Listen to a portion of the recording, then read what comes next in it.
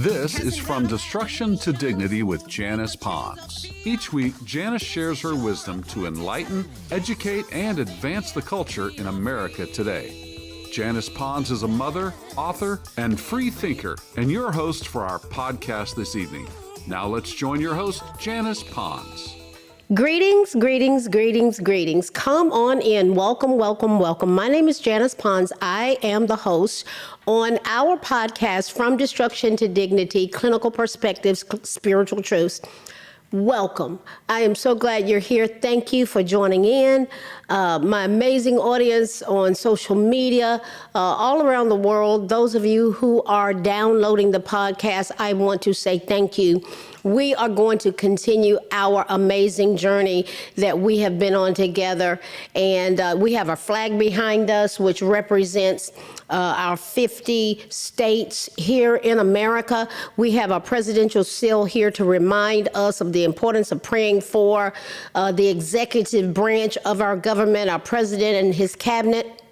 Of course, we want to cover the legislative branch and the judiciary branch as well. We want to pray for America. So we're going to continue to pray for those 265,900,000 working Americans who were living paycheck to paycheck last year. In 2024, gosh, we're coming up on the end of 2025. Time is going by fast and there's a lot going on. So we're going to look. The reason why I just kind of got like some insight, kind of a revelation. A lot of people don't understand dynamics and the specific flows of why things go the way they do.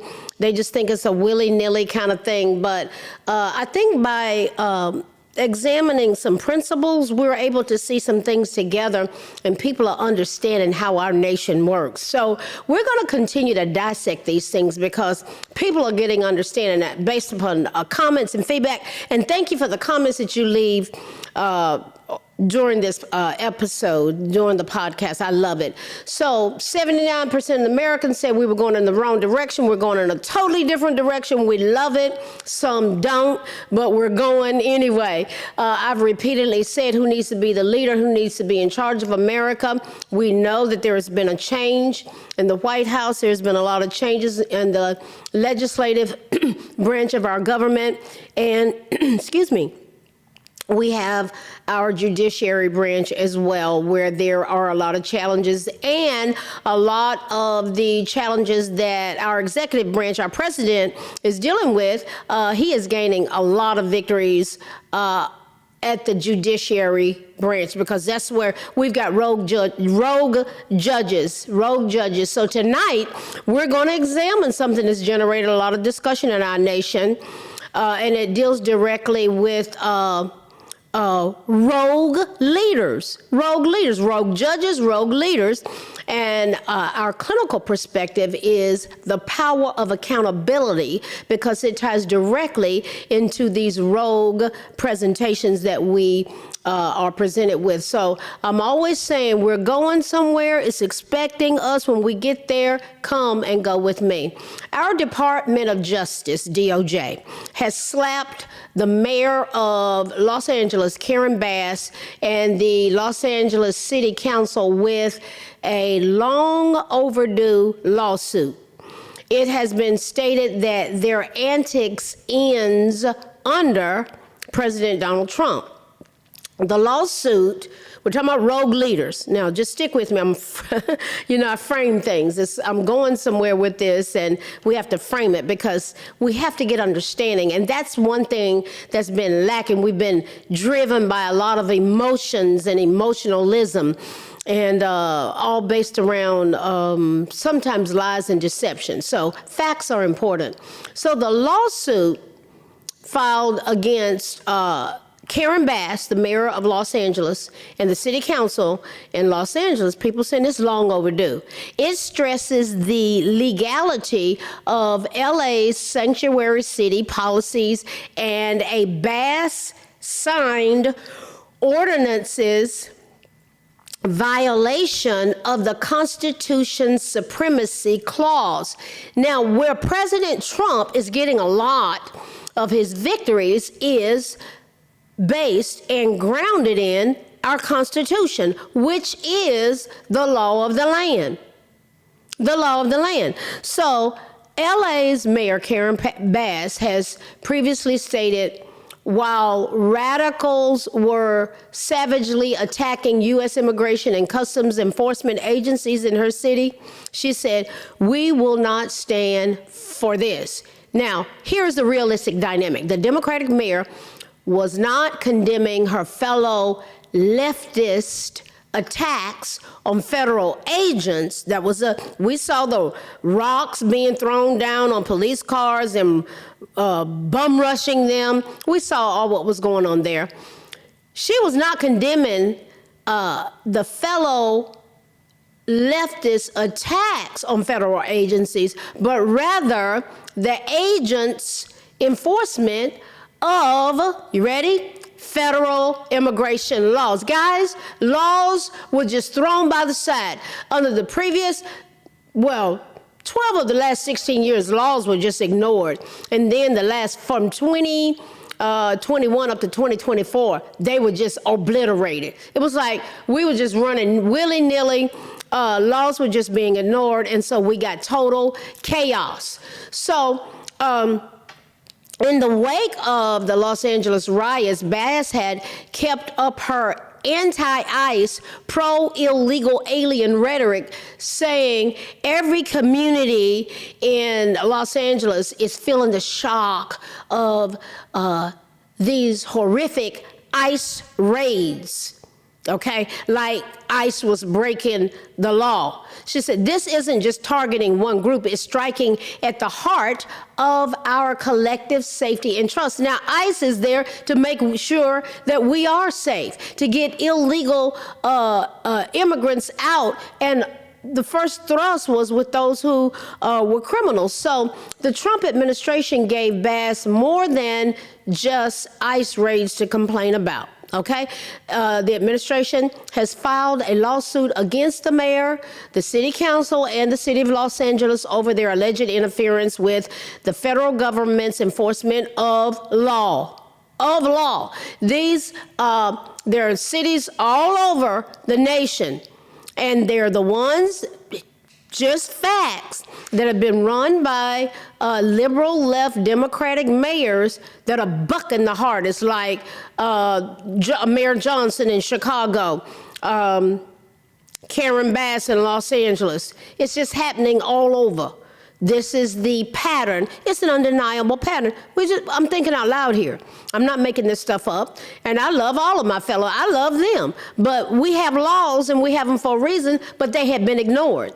According to Attorney General Pam Bondi, sanctuary policies were the driving cause of the violence, the chaos and attacks on law enforcement that Americans witness in Los Angeles. Jurisdictions like Los Angeles that they flout federal law by prioritizing illegal aliens over American citizens. They were undermining law enforcement at every level. Guys, that's just the reality of what we have been presented with. The illegal immigrants and aliens got priority over American citizens. And President Trump's position is this: it ends with him. It ends with him. The two issues that were the the two issues that were the driving force for the presidential election in 2024 was illegal immigration and the economy. It just was. The complaint filed in the U.S. District Court for the Central District of California notes that immediately after President Trump's re-election, the Los Angeles City Council, wishing to thwart the will of the American people regarding deportations, we voted for this, began the process of codifying into law its sanctuary city policies. So what happened? In late November 2024, Boy, Biden got on steroids signing things. We'll get back to the auto pen. That's another podcast. We'll deal with that. So in late November 2024, the LA City Council unanimously voted to establish LA as a sanctuary city. The mere facts that a sanctuary city involves restricting detentions by how? Prohibiting local police from holding individuals for federal immigration authorities. This is the dynamic of what goes on with sanctuary cities. Also, they limit information sharing. Just think about that. You can have criminal activity going on with criminals perpetrating these acts. But sanctuary cities say, well, we're going to limit information sharing. Imagine that. How do they do it? By refusing to share information about immigrants' immigration status with federal agencies. That says a lot, guys. All this is a setup. It's a setup from the word go. It invites so much that could go wrong in terms of crime and criminals. It emboldens, it enables, it just gives people a free pass. And that's just what we were doing in America. Oh, yeah. So Karen Bass ratified the corresponding ordinance entitled Prohibition of the Use of City Resources for Federal Immigration Enforcement. Guys, think about that. Just let that sink in for a moment. Which enshrined sanctuary policies into municipal law, and it also barred the use of city resources, including property and personnel, from being utilized for immigration enforcement or to cooperate with federal immigration agents engaged in immigration enforcement. That's asinine. So in other words, we're going to let them do what they want to do. We're not going to collaborate with our federal government. We're going to do our own thing over here. And those cities, there has been a documented data that shows they've got a lot more crime going on. So, they don't even work collaboratively with those that are trying to keep us safe, i.e. ICE.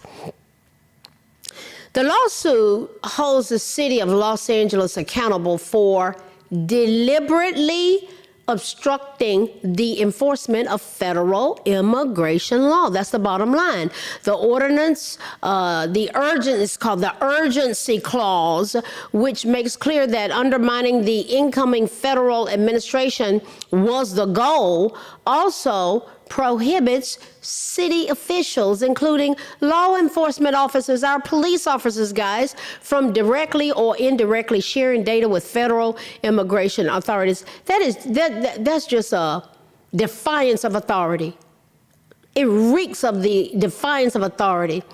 The Department of Justice's lawsuit states that LA's sanctuary city laws are illegal and are designed to, and in fact do, interfere with and discriminate against the federal government's enforcement of federal immigration law in violation of the Supremacy Clause of the United States Constitution. Guys, they've been totally ignoring our Constitution, and heretofore they had not been held accountable.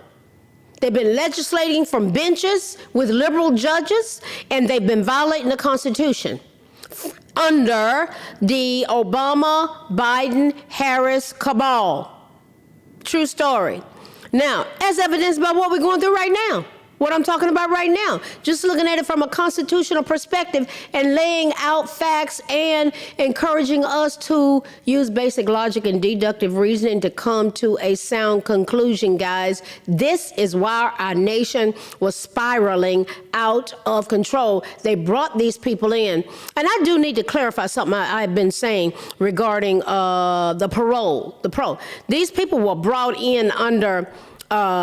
Okay, let me say this first. Let me frame this.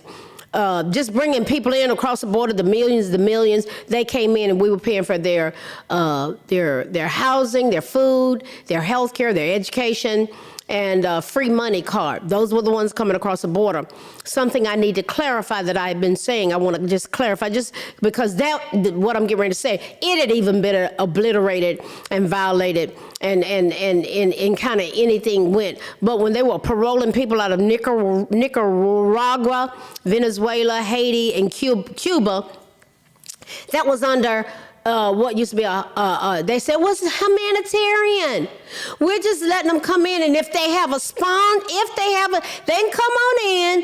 If they have a sponsor, we'll let them in. Well, the timelines that were in place to bring order and structure to how that was supposed to work, it was totally ignored, overlooked. Violations were happening left and right. You had people that were coming in. Who paroles people out of prison? Do we parole our own people out of prison? Lord have mercy, that speaks for itself. So let's see, in Fayetteville, that's where that guy, he was staying. They said, oh, he's got a sponsor. Well, he took their lives. He took their lives. Go look it up. I can't think of that man's name, but it was in Fayetteville, North Carolina. Two beautiful, the family, the grandma, the two girls. I think one was 11 or 12, and the other one was about 6 or 7. Absolutely gorgeous in Fayetteville, North Carolina. But these types of dynamics of law breaking was just rampant all over the nation. Oh, and the whole goal of all of them coming in was to make them voters, to make them legal. We're just gonna usher them in and we'll just sign them on in, and they'll be voters for the Democratic Party. Why? To keep them in power so they could continue with their gravy train and their NGOs, non-governmental organizations, where they were getting over on us like a fat rat with all kind of perks and hiring relatives and buying cars and homes. And as 78% of Americans were living paycheck to paycheck, barely making ends meet, and they were taking that money out of our paycheck and they were feeding their money laundering schemes.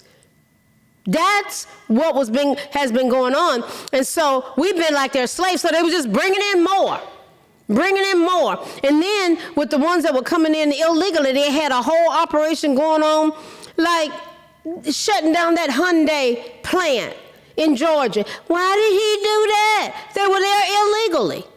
And there are all kind of illegal activities that were going on related to that, including trafficking, human trafficking. Guys, it's a mess. And everything was a front. It was a front on how they were doing this stuff with us. So from the parole programs, which were abused, it was another front. Well, all of a sudden, why did they bring in millions of people on a parole program? Millions of people across the border. 3 consecutive months, illegal immigrants crossing our border was at 0. I need to look up an update on that, but I know for 3 consecutive months it was 0. That's amazing. The problem's been solved. Thank you, Donald Trump. Lawyers for the government asked the district court to recognize that the ordinance's violation of the Supremacy Clause and 8 U.S. Code 1373 makes it unlawful, unenforceable, and void, as well as to enter a permanent injunction barring Los Angeles, its city council, and the mayor from enforcing the ordinance. In other words, you got to challenge these people, guys. You got to challenge them. That's what they do with President Trump. They're just taking him to court. Then it goes to the Supreme Court, and he wins. Why? Because they have what they sue him over is a violation of the Constitution, and he's going to win because what he's doing is constitutional. Bottom line. The lawsuit against them, Los Angeles, holds the city of LA accountable for deliberately obstructing the enforcement of federal immigration law. This is what the U.S. Attorney for the Central District of California has stressed in a tweet that he made. He just said the lawsuit was long overdue. Very simply, we will liberate Los Angeles and make it free, clean, and safe again. Imagine that. Remember when President Trump went in with ICE and National Guard related to Washington? We went almost 2 weeks with no lives being taken. And the citizens of Washington, D.C. were thrilled about what was occurring. Oh, yes, they were. So Chicago, we're going to see how that turns out. That's a lot. This thing is going to keep going because constitutionally, our president can make these decisions. The United States Constitution Supremacy Clause prohibits the city from picking and choosing which federal laws will be enforced and which will not, guys. By assisting removal of aliens, illegal immigrants, in invading federal law enforcement, coming against our law enforcement, the city's unlawful and discriminatory ordinance has contributed to a lawless and unsafe environment that this lawsuit will help end. And this is where we're winning, where President Trump is winning the victory. And they're showing their open hand. You know where they're going to come from. And they got it all lined up. President Trump and his team got the response all lined up. So, radical Los Angeles city officials are contemplating striking back at the Trump administration with a lawsuit of its own. Imagine that. Would you be surprised? The DOJ's lawsuit appears to be a major step toward another promise kept on President Trump's part. At a gathering to commemorate the anniversary of the Army at Fort Bragg, President Trump said, within the span of a few decades, Los Angeles has gone from being one of the cleanest, safest, and most beautiful cities on earth to being a trash heap with entire neighborhoods under the control of transnational gangs and criminal networks. That's the truth. I went to LA in 1984. It was beautiful. We know what it looks like now. People defecating on the sidewalks, tents set up. It's just a mess. And this is going on all over our country. So they don't like it when I say it. But I'll say it loudly and clearly, they better do something before it's too late. This is what the president is saying.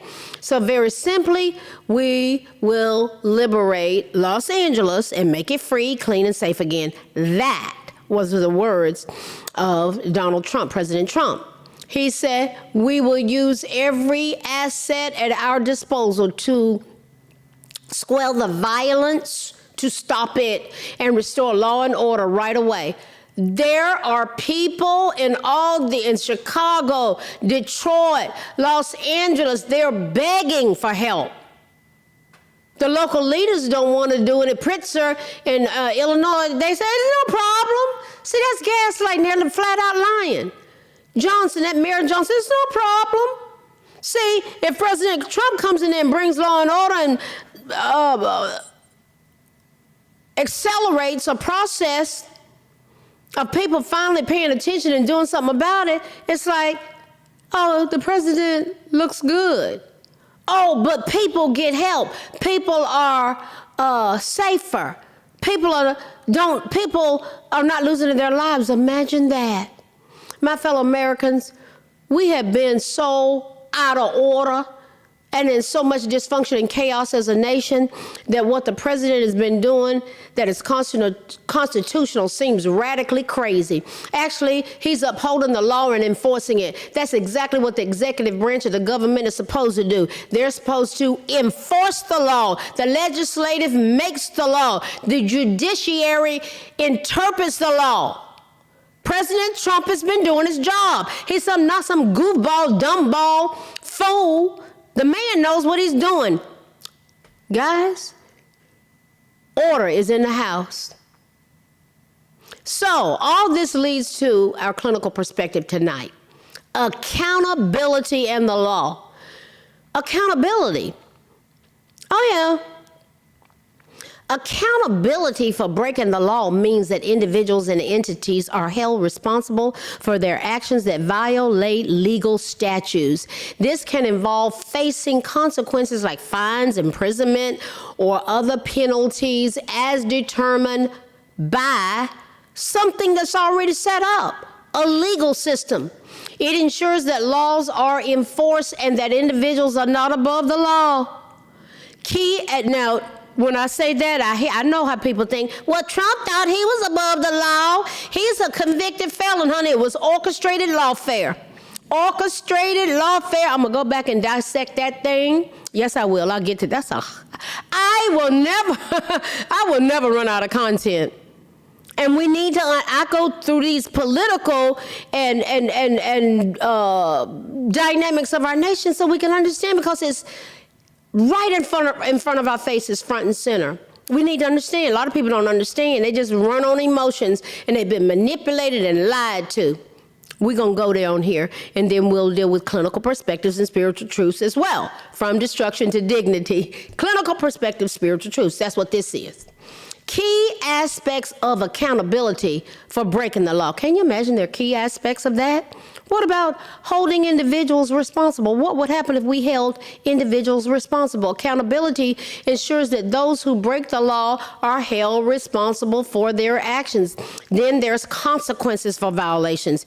This can include legal penalties like fines, imprisonment, or other sanctions. What about upholding the rule of law? Accountability is a cornerstone of the rule of law, ensuring that everyone is subject to the same laws. Accountability sets the stage for promoting fairness and justice.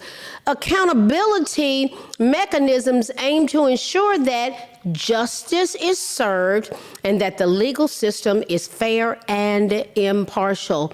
Then there's something called restoring public trust. Do you think that the public trust was obliterated? Was it? Accountability can help restore public trust in institutions by demonstrating that the law is applied consistently and fairly. And I heard people say, there haven't been any arrests. There haven't been any arrests. Yes, it has. We did a podcast about, based upon what DOGE, Department of Government Efficiency, what they found. And yes, there have been arrests. And yes, there have been arrests in Louisiana, in New York. Yes, it has, and more are going to come. I think we're going to have an avalanche coming here soon. It takes time. A lot of people, guys, sometimes you just don't understand systemic operations, investigations. You don't move ramrod. You have to make sure you got all your T's crossed and I's dotted, and it takes time. I've been involved in systemic operations, policies, procedures, laws, statutes. You have to make sure it's done right. Then there is preventing future violations. We're talking about law. We're talking about accountability. By holding individuals accountable, it can deter future violations of the law and promote a safer society. What are some examples of accountability? What does that look like? Accountability. Well, people say, well, they're not going to do anything to them anyway. They don't care anything about it. Criminal prosecution. That's a form of accountability. Individuals who commit crimes can be arrested, tried, and punished according to the law. That's a form of accountability. Oh, yeah.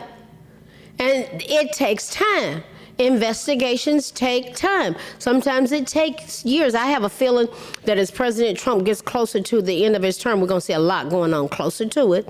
Civil lawsuits. Individuals or organizations can be held liable for damages caused by their illegal actions in civil court. We're talking about forms of accountability. That takes time. What about administrative sanctions? That includes things like government agencies imposing fines, suspensions, or other penalties for violations of regulations. Then there's the importance of accountability. When people know there's going to be some accountability, which we had none for 12 of the past 16 years, and definitely the last previous 4 years, deterrence lets people know that there will be consequences for breaking the law, and it can discourage others from engaging in illegal activities. What about fairness and justice? Accountability mechanisms, they ensure that those who break the law are treated fairly and that justice is served. And then there is the aspect of public safety, guys. Gosh, if President Trump doesn't get credit for anything, that man has really worked hard to make us safer. Illegal border crossing being at 0 for 3 months in a row, my God, that speaks for itself. By holding individuals accountable, it can help create a safer and more secure society for everyone. What about restoration and healing? Where does that fit in? In some cases, accountability can involve restorative justice processes that help victims and offenders to heal and reconcile. Guys, what have we looked at tonight? Rogue leaders. We have been whooped by them. They have been running roughshod over this country. And our clinical perspective was exploring the dynamics of the power of accountability. Guys, we're going somewhere. It's expecting us when we get there. We're going to keep going in. We're going to keep looking at these issues because we are one nation under God, indivisible, with liberty and justice for all. Guys, when we address these rogue leaders and we have accountability, people feel safer. Things are predictable. Our children can learn so much from this. We've been so out of control that we didn't know our head from our tail and was like, well, what's going on today? And, you know, some things may escalate before they get better. But I tell you what, we have people that are paying attention now. Guys, keep coming back. I appreciate you. Thank you, thank you, thank you. I'm going to keep you posted about the Patreon process.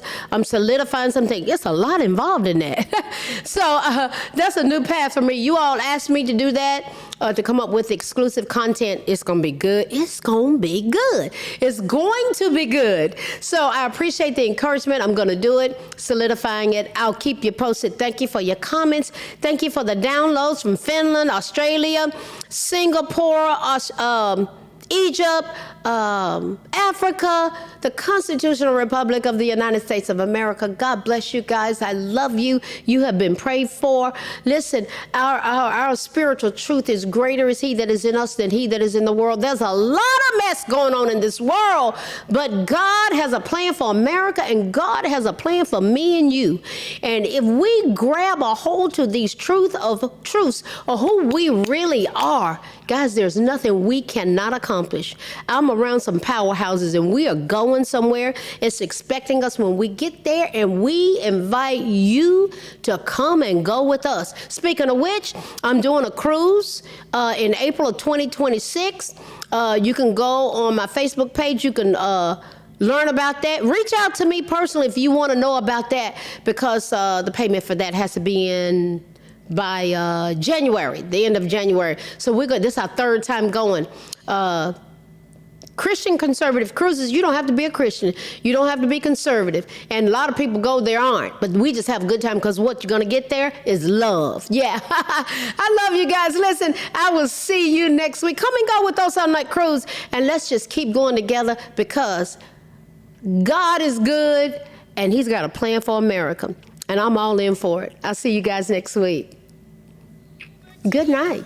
Thanks for listening to this week's episode of From Destruction to Dignity with Janice Pons. Janice's mission is to provoke thought, bring awareness, and point people towards intervention when needed. As a reminder, this show is not therapy, but for educational purposes only. For more information, check out JanicePons.com or follow her on social media.